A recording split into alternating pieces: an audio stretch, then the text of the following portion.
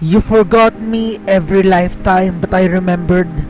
In a Victorian room of cherry blossoms, under lantern-lit skies, on towers where dragons roared, I loved you again and again, and this time I refuse to let go. This is our story, to love you through the silence of ages. To Love You Through the Silence of Ages, a fantasy romance story created by Jesus Pacampara.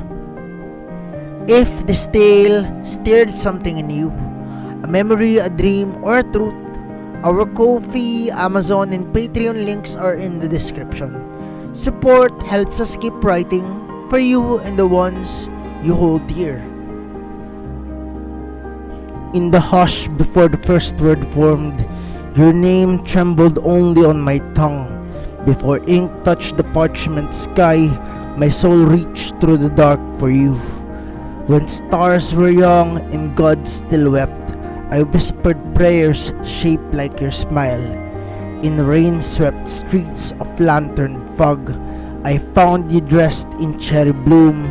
You wept each time I reached for you, so I learned to wait like winter, silent, still, and full of spring. I loved you without needing touch. In halls where warlords plot and kneel, I dropped my sword to see you free. You struck me once to test my heart. I bled but you called it mercy. In your defiance I found peace. In your eyes my endless vow. In towers lost beyond the stars, I battled out in dragon form. Its voice, a cruel echo of mine. He will fail you again. But your voice called me higher still, so I climbed with wings of flame. With every birth, the world resets, yet my longing never sleeps. You forget and I begin again, like the dawn that never grows tired. Even death learns to make your way for me, for I will not lose you twice. I carved our stories in the wind, on mirrors, on forgotten songs, so even if you turned away, the world will still remember us. Each page, a kiss I could not give, each line, a pat back to you. You asked me why, but you were always the breath that taught me life. Even when you wore another name, your soul were mine like silk. Each time you ran, I simply followed. I am the echo of your steps. I have been the prince and poet, knight and beast, yet always just your fool. In kingdoms high and cities low, my only throne was your shadow. Let the world forget my name, if only yours remain on my lips. Even gods bent low to see how far I'd fall to reach your hand. Even fate learned to hold its breath. Each time our paths rejoined, you were never just a dream, you were the reasons dream exists. So now you ask what comes ahead, now that the stars are ours, now that I wear horns and wings, and the sky no longer frightens you. I say, this is only the beginning. You live and I am yours. Yongsun had never believed in fate. She believed in finishing things, the top of her class, meticulous notes in the margins of her textbooks, a string of achievements that glittered on paper but said nothing about who she truly was. The library where she worked part-time suited her, quiet, unchanging, and filled with stories that asked nothing of her heart. Most afternoons, she sat alone behind the front desk, the hum of fluorescent lights overhead, and the occasional rustle of pages from forgotten corners. The dust hung in the air like suspended time. Her cracked phone was always with her. The rhythm game she played more out of habit than the joy, giving her something to focus on. It was during one such afternoon, with sunlight slanting in through the shuttered blinds and silence pulling around her, that the message came. Unknown number, the thread of your soul is thinning. Find the book before you fade. She stared at the screen. The words were strange, dreamlike. A chill passed over her arms, though the air had not shifted. Scoffing softly, she locked her phone and reached for her coffee. Then it rang. No name, just the words unknown caller. She answered out of reflex, more annoyed than curious. What came through wasn't a voice, not in the ordinary sense. It was more like a pressure against her ribs, a whisper beneath her skin. The language was ancient, though somehow understood. A presence dark and vast rushed against her thoughts. You have loved him before. You have lost him each time. You will lose him again unless you find the book. Before she could speak, the line went dead. In that moment, the silence in the library changed. It was no longer empty. It was waiting. Yongsun stood. Her feet carried her as if remembering paths she had never walked. The eastern wing was the oldest part of the building. Its shelves warped, its light flickering like candlelight. A faint scent of wildflowers and dust clung to the corners. She turned the corner and paused. An old woman stood at the far end of the aisle. Her form stooped but graceful. Her hair was silver, her eyes unreadable. Without a word, the woman pointed to a high shelf. A single book rested there, bound in the cracked leather, embossed with a sigil, a phoenix entwined with a lily. Yongsun took it down.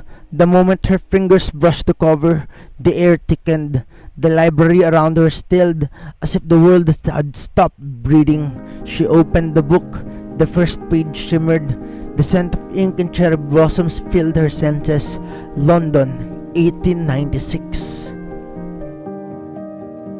She stood in a room painted with flowers, silk draped over the windows, lamplight pulling on dark wood. She wore a pale handbook. Her name was Sun, and she had been brought across oceans to marry a man she did not know. Jess, he was soft-spoken, an aristocrat with a poet's heart. He spoke to her gently, waited for her words. He left her letters she could not bring herself to read, not yet. He painted cherry blossoms on her walls, even though he did not understand their meaning.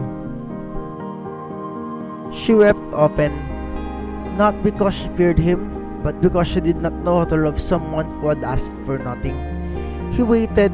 Months passed like snowfall. One day, her hand found his. A child was born, a daughter they named Yong. But the flu came like a ghost, swift and merciless. She died days before their wedding. He held her hand until the last breath, the final letter still unopened beside her bed. Years later, their daughter would marry a man also named Jess. The page turned without her hand. Rain fell on the silk tents, thundered, echoed across mountains. It was the Yuan dynasty. She was a tribal princess, escaping a forced marriage. She ran through the forest, blade in hand, her breath sharp in the cold air. Then he appeared, armor-drenched, face unguarded. Jess, the warlord of the West, knelt before her instead of drawing his sword. He let her stab him. Later, he built a pavilion of lanterns in her honor. A ball was held not for diplomacy, but simply to hear her laugh. He danced like a fool beneath the stars, and when she called him ridiculous, he only smiled. Their wedding never came. Her clan attacked that night. He died shielding her. They were buried together, one tomb, one name. Then, a tower was tall, carved of moonstone, and held together by sorrow. A dragon circled above, its voice hissed through the night. He will fail you again. But Jess came anyway. His armor cracked, his sword chipped. He climbed with hands bloodied, singing the names of stars. He reached her, kissed her as the world crumbled. The tower dissolved into stardust. Their song became a constellation. Yongsun gasped, and the book snapped shut. She staggered back, heart racing. Her hand trembled. Tears streaked her cheeks, though she did not remember weeping. The air had changed. From behind her, a shadow moved. The old woman returned, but her form had twisted. Her eyes were voids, her limbs long and ink-stained. Your blood carries the thread, the witch hissed. A soul that loves through time is powerful enough to break death. Give it to me. She reached for Yongsun, but he was there. Jess, not a warlord or noble, but a professor now. The same man who edited her essays, who lingered in the hallways with unreadable eyes. He stood between them, whispering words older than fire, salt glowing beneath his feet, light burst from his palm. The wind screamed as flames took her. The library collapsed in silence. When they emerged, the world outside was no longer the same.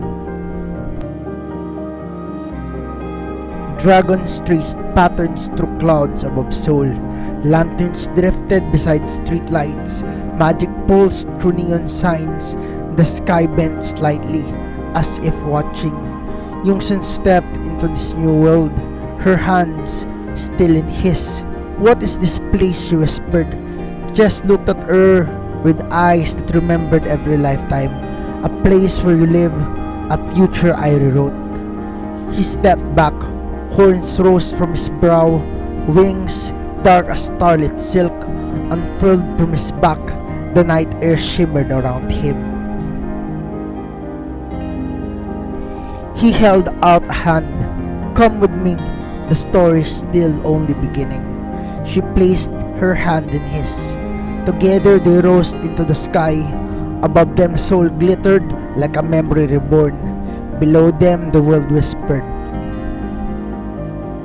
The doors of the ruined library opened like gates to a new world. Fireflies pulsed in the air like falling stars that had decided to rise again. Yongsun clutched Jess's hand, her other still clutching the glowing book to her chest. The witch was gone, nothing left but ash and the scent of old roses. The stories were no longer just ink and dreams. They were memory, they were prophecy. And as they stepped into the street, she noticed it. Seoul was different. The buildings shimmered like castles in disguise. The lampposts flickered like torchlights in a palace corridor. Above them clouds parted curtains, revealing not the moon but moons, plural, strange and familiar. Constellations danced above. Earth had changed. No, fate had changed. She turned to Jess, her voice soft. You really weren't kidding. He smiled, brushing her cheek with his thumb. I never am, not about you. And then he stepped back. His form began to shift, shadows trailing like the hem of a forgotten star. Horns curled from his temples, not monstrous but regal. Wings vast and black as night, unfurled from his back. His eyes gleamed with ancient light. Neither cruel nor kind, only certain. She gasped but not in fear, in awe. You're just held out his hand. I'm the one who I've always been. And now, finally, you're alive. No more dying, no more cycles. Just you, my queen. Yongsun took his hand without hesitation, and as they rose into the sky, carried by wings not made of bone but of fire and song, soul melted beneath them, a city dreaming, a world reborn. The stars bent slightly as if bowing, and above them, written in clouds, was a phrase she did not remember learning but had always known. Love remembers, even when time forgets. Thank you so much for watching this video. If you enjoyed it, don't forget to like, share, and subscribe. It really helps me keep creating more poems and stories like this. And if you'd like to support me, feel free to stick around this channel. And if you want to support my one and only Yong, head over to Solar Sido and show her some love too. because everything I make is for her and those who believe in a love like this. Thank you.